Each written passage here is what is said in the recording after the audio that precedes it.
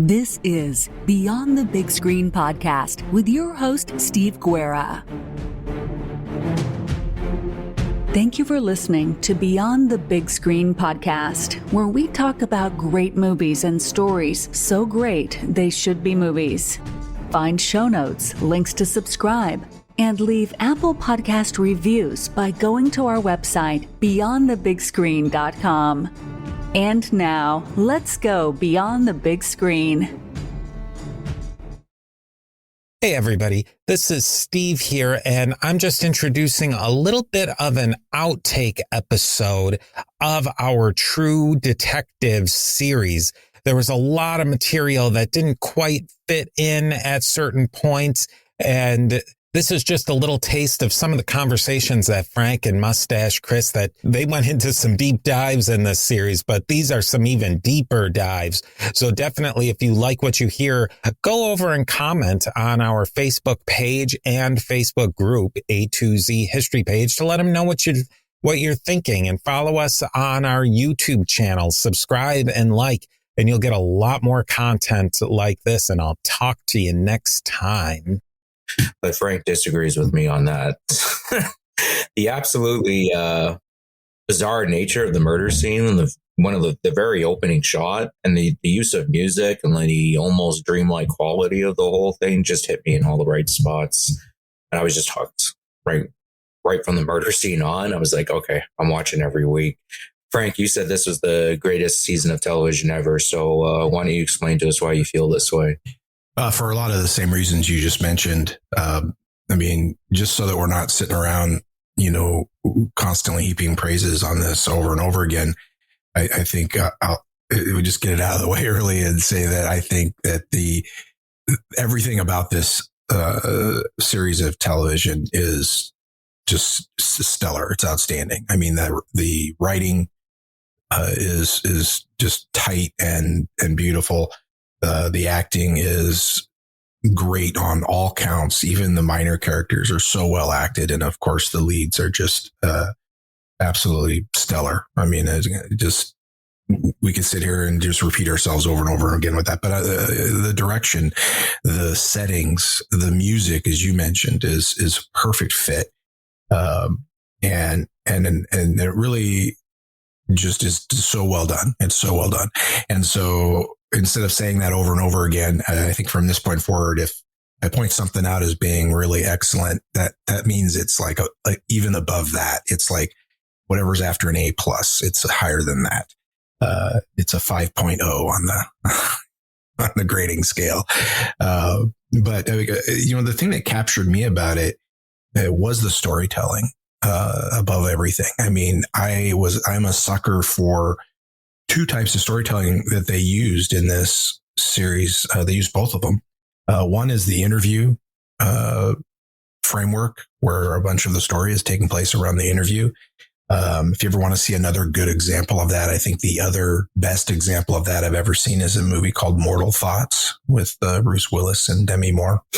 And the majority of that takes place with Harvey Keitel interviewing Demi Moore and Glenn Headley. And so the way that they handle that, cutting between the interview and the events that are being discussed, is pretty good. It's not as good as what True Detective did here, because True Detective also uses another construct that I really like, and that is the multiple timeline storytelling, where they're telling the story of what happened in 1995 and in 2003, I think.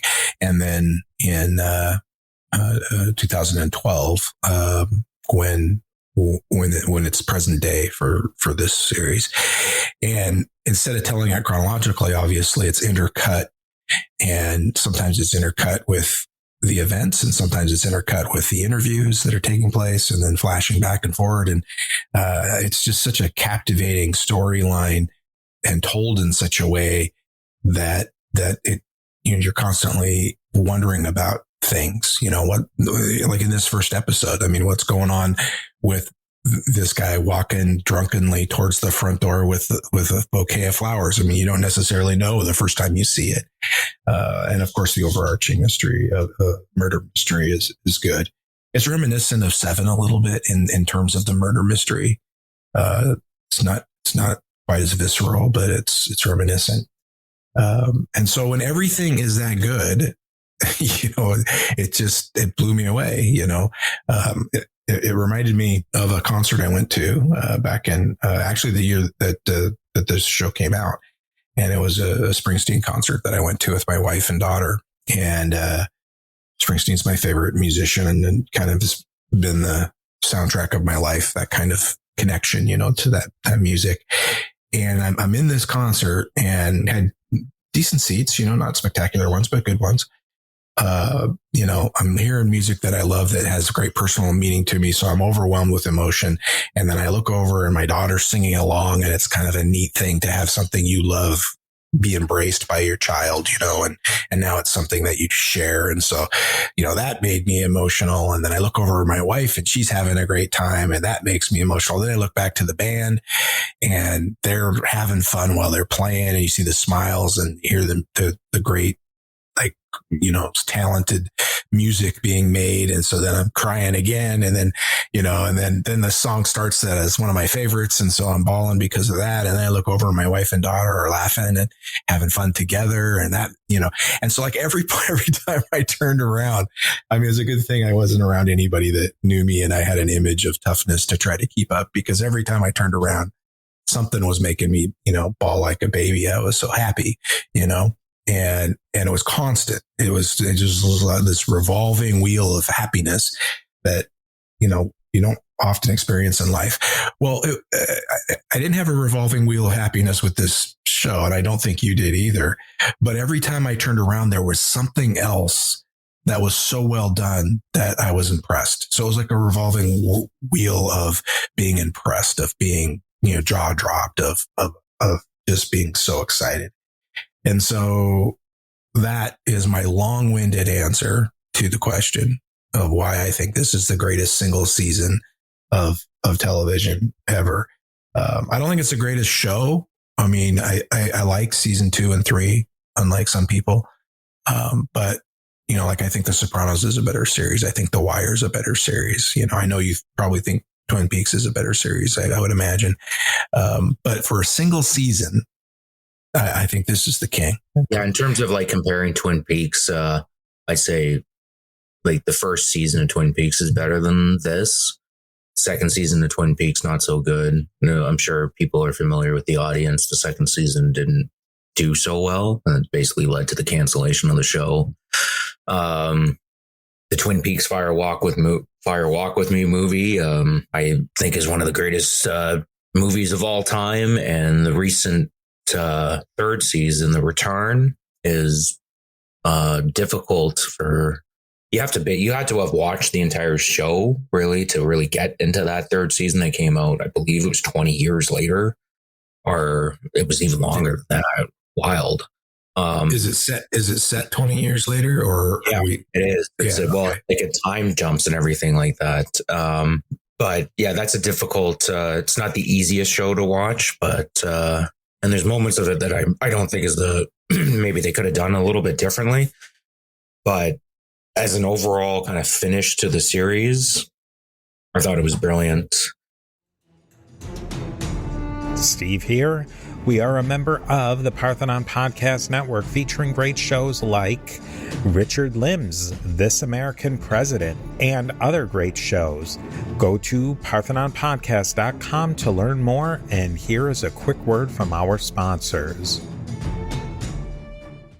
You mentioned conspiracy theories, right? This is kind of how conspiracy theories can go. We think we've already come to the conclusion that this has already happened. So we're going to grab evidence to fit that. Cherry pick it, right? Cherry pick your evidence. Yeah. I will say, though, that for the ones that I pointed out, I go, there's a lot of stuff out there that there's a lot of stuff out there it's just really weird and it's really interesting. But that's the nature of conspiracy. You mentioned say something like QAnon, right?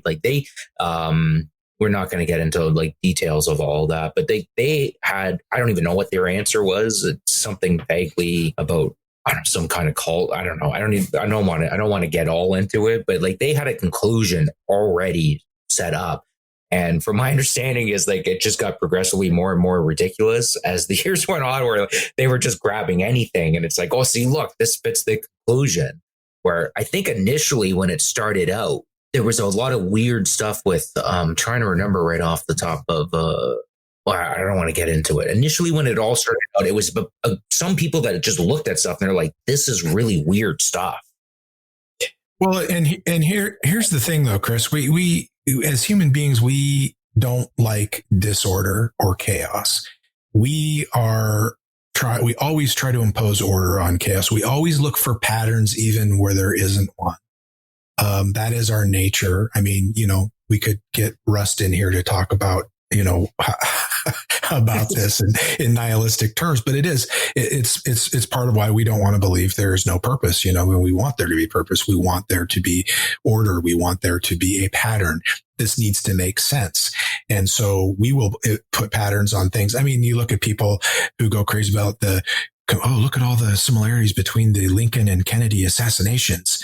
And they list all these things, there's this many letters and the secretary's name was Lincoln for Kennedy and Kennedy for Lincoln. And, their killer, went from a warehouse to a theater and from a theater to the warehouse. So what? These are just coincidences. They don't mean jack all, but we want to impose this kind of, order and meaning and patterns.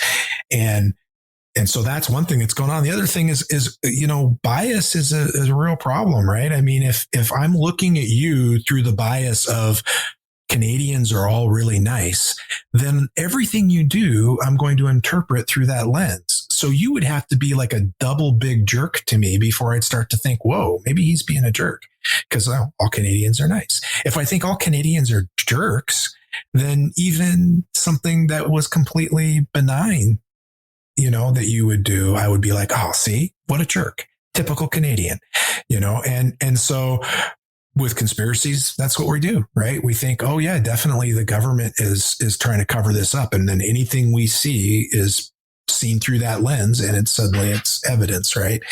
And so I think we have to recognize our own, biases are something we have to get a handle on if we're going to see things clearly. Like you talk about philosophy and deep thinking.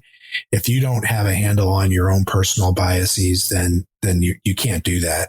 You have to recognize both your explicit and your implicit biases. And these are not easy to do.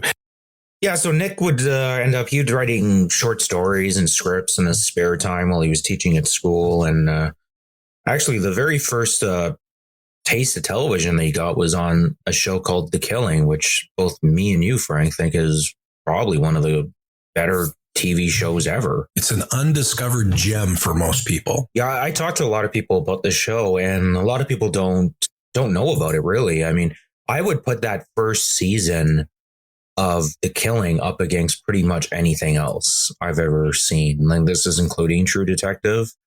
Nick would end up leaving the show over differences, and I can kind of understand why, especially in the second season. Just kind of lay out the killing, that there's a murder mystery in the first season, and I don't think they ever really knew how to actually end that murder mystery. And the second season kind of drags it on a little bit too much, in my opinion, where I think they should have figured out a way to be able to tell that entire story within that first season. But the reason The Killing is so powerful for me is that very first episode of The Killing is, we see that this girl is missing, and we get introduced to her family. And at first it doesn't seem, whatever. She's a teenage girl. She's just, she's not answering her phone, whatever. It's not a big deal. But as progressively as we go through the episode and the day goes by, the panic starts setting in more and more and more, up until the point where the father ends up finding where the daughter has been killed and buried, which is in the back of a car that is getting pulled out of this lake. And his reaction with the music and everything like that always has me bawling my eyes out. And that was the thing I really liked about The Killing, was the fact that unlike a lot of these like police procedural shows, in particular stuff like CSI and NCIS and those types of shows, but I guess are fine. The Killing decided like, we're going to focus on this one murder, kind of like Twin Peaks, and to a lesser, I mean, True Detective has multiple murders, but it's mainly just the one that they're really focusing on, and show the damage that it does to everyone around it, you know, from the detectives to the family to the entire city. And I thought it was brilliant the way it was so raw. And that's what I loved about it so much. And that's in particular what I liked about Twin Peaks so much too, was Laura Palmer was killed. But the real story is how it affected everyone in that small town, right? Because a lot of these shows, it's like, oh, like we got to catch the killer. And, you know, he left a fingerprint here and he did this and that. And it's almost, I've never found that as nearly as interesting as, you know, how does a town react to something like this? How does a father deal with the fact that he wasn't there for his daughter? But you're in the minority there. I think most people, and I agree with you, by the way, but I think most people, they're more into the, you know, catching the killer part, and the emotional impact of, on the victim or of, on those people who are adjacent to the victim, if it's a murder victim, isn't as sexy for most people. And I agree with you. I think The Killing does an excellent job of exploring that. And certainly True Detective does. And I'll take your word for it on Twin Peaks. So that, what I like about that, what you just said, is that it's real life. I mean, I was in law enforcement for 20 years. Frank the crime writer was once Frank the cop. And I saw firsthand the impact that crime, particularly violent crime, has on victims or even witnesses. I mean, people that see something, can shake their world up pretty badly. But certainly something as simple as someone having their garage broken into, people see that as a mundane event, perhaps, and certainly cops probably do because they see it all the time. But think about the level of security and that threatens, that somebody was able to break into a place where you're supposed to feel safe, and that doesn't get explored very often in crime fiction and on television or in films. It's always, like you said, it's about the sexy part. It's about the cop's journey, or it's about catching the bad guy. And so I think you're right. I think when they explore the impact on the victims, it grounds it in a much more emotionally real place. And The Killing, as you said, does a fantastic job of that. The first season of The Killing is the most superior of the seasons. I did watch it all the way through. What I didn't like about The Killing was it was just totally unrealistic. The male cop and his addiction. That just wouldn't have happened. It would have, he wouldn't have been on the job anymore. And you can be an alcoholic and get away with it, but that's about it. And not for very long in most cases. So that ruined some of the realism for me for a little while. But once I got past that, I was able to embrace everything that you were discussing. It has another similarity with True Detective, and that is that odd couple pairing of detectives. I mean, I can't remember the female lead's name, the character's name on The Killing right now. Can't remember either of their names. But, she was a very unique character in that, she had, she wasn't just a cookie cutter detective. She had a lot of personality, and so did he, a little bit less so than she did. And their personalities were very different, much like we're going to talk about. Marty and Rust are very different. And so that's a parallel between the two as well. It's funny that you mentioned that, because when I was watching the show, I was, the female character is much more kind of straight laced and a little bit more, more by the book. And I had a friend, he's passed away now. His name was Josh, and he literally looked like the male cop. Like he had that, like with the skinny face and rail type look. And he acted like him, like to a T, like to the point where I'd bug in this guy. I'm like, you got to watch the show. I'm like, you're exactly like this guy. And I was like, and the way you are, you probably would have made a good cop. Cause he was just good at, just reading situations and stuff like that. And it always kind of made me laugh because I was like, oh, of course I'm more like the female and he's more like there was that kind of dynamic. But where like in the show, there's certain things that they have very much in common. Me and him was like our sense of humor was very much my sense of humor. I cannot do on this podcast. It's very not podcast friendly, but like we had like it'd be a very different podcast. It'd be very different. We just had like this sense of humor that just like perfectly aligned. But I always thought that was so funny because he literally looked like the guy too. And the guy's a good actor. He's been some other things, and I can't remember his name off the top of my head, but he's done a great job where I've seen him elsewhere. But the first few episodes with him, I had a hard time believing him as a cop. He also looked too young, but I think that's a side effect of getting older. You know, if somebody's 30 looks like they're 14, and they've been at their job for almost 10 years or something like that, and you're offending them when you call them a kid. So, but that was a great show, and so Nick Pizzolatto, he wrote a couple of episodes for The Killing. Yeah, especially in the first season, I think he was pretty heavily involved in that. And like I said, by the second season, he started having serious creative differences with the other writers and showrunners. So he decided to leave. I could see that for sure. It did go in a direction that would be, I could see there being cause for conflict. I didn't hate it. I didn't love it, but I could see the writer's room being split over it. Steve here with a quick word from our sponsors. when he says that line where he goes and he just looks at him and Russ is like knows exactly what he's talking about. I'm not gonna lie. I thought to myself, I'm like, man, that must be what it's like to be around me sometimes, right? Because I'll just start talking about random stuff. So like I've literally had people go to me and they go like, I don't even like, what are you even talking about anymore? It's like, you started here and now you're talking about this and you're talking over there. It's like, I can't deal with it. So, it made me laugh so hard. Yeah, sometimes the lily pads that we hop across, in our heads, all seem like logical jumps. But if people aren't thinking in the same way we are, they don't follow us on that jump. And then we're 3 lily pads on and they don't see the connection anymore. So I'm guilty of that as well. Sometimes, which is kind of funny because I'm also guilty of over explaining at times. So, between over explaining sometimes and making leaps that people don't follow because I don't connect the dots well enough for them. And I'm talking normal, smart people here. I'm not talking about like dummies or something.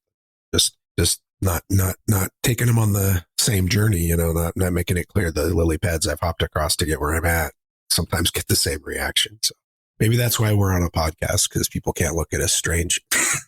It's actually somewhat of a tangent, but there was I think it was a couple of years ago, there was a recent study done about people that have internal monologues. So like an internal monologue is you just basically have like a conversation with inside your own head, right? With yourself. Apparently only a very small percentage of people actually do this. And I assume you're probably one of these people, right? Being an author. Yeah, I don't worry until it becomes an internal dialogue and there's more than one person talking. And I figure I'm still sane as long as it's just one. And I was blown away when I read the study because I was like, I literally have conversations with myself all the time about, I don't know, just working through whatever I'm thinking about at the moment. But it made me realize to a degree, it's like, okay, now I kind of get where people are coming from, where they're like, I don't understand how you're even thinking about this. Because it's like, oh, because they're not doing the type of abstract thinking that I'm doing, right? They kind of work through abstract ideas. You need to kind of talk to yourself and just sit down and have conversations with yourself in your head. I know people won't, for the most part, people won't admit this because it makes you kind of sound a little crazy. It's like, what? You sit there and you talk to yourself all the time? But I thought literally everyone did this. But according to this study, not many people do it. I have a feeling Marty probably does not do this like at all. Or Russ probably, this is for the most part, all he does is sit there and have conversations to himself in his head. It's his primary mode of conversation, probably. Yeah. But I mean, to be fair, who has greater clarity about who they are in the world and what they think of the rest? I think ahead of Marty in that respect. Anyway, so there's been experiences like that in my lifetime. I mean, everybody kind of knows the whole Jeffrey Epstein thing now, right? Like, hell, it was a meme on Facebook for a little while, you know. Epstein didn't do this to himself. And it just drove me nuts because I remember years and years and years and years and years ago telling people about Jeffrey Epstein and the island and the airplane, and people thought I was insane. They looked at me like I'd lost my mind, or like, well, you know, like, what drugs are you taking? And it's like, no, I don't drink. I'm sober. I haven't done anything. I said, I've done research. And like, how do you guys not care about this? Now everyone talks about it like it's like, oh, you know, like it's a joke almost, right? Like it's a meme on Facebook, and, you know, who was on the flight logs and yada, yada, yada, and like the whole 9 yards. But I highly sympathize with Russ in this moment. You know, like I mentioned some of the ones in the very first episode, or like the Franklin Credit Union scandal. You go to most people and they look at you like you're nuts. What are you talking about? Most people have never even heard of it. Or even like, and somebody like, say, like Marc Dutroux, which is starting to become a little bit more, people are starting to talk about that a little bit more. He was a serial killer in Belgium. But still to this day, people kind of look at you like you're crazy. Even though I know I'm not, am I 100% accurate? Like basically I'm not lying to you, though. This is what I've read. And these are theories that I've came up with. I'm not lying to you about this. Why do you think I would make this up? You know, do you think I'm actually gone crazy? And maybe sometimes people do think you've gone crazy. I don't know. With Russ, it also doesn't help that he looks like he's gone kind of crazy and that he is a drunk. But it's because people have been calling him crazy. It's because nobody's believed him. I think that's what's eaten away at him this entire time. I don't know. What do you have to say about that, Frank? I have nothing to add there. I think you expressed yourself very well. I don't know enough about that situation to comment intelligently. So I shut up and move on. Move on. I think that's what they were going for in this scene, right?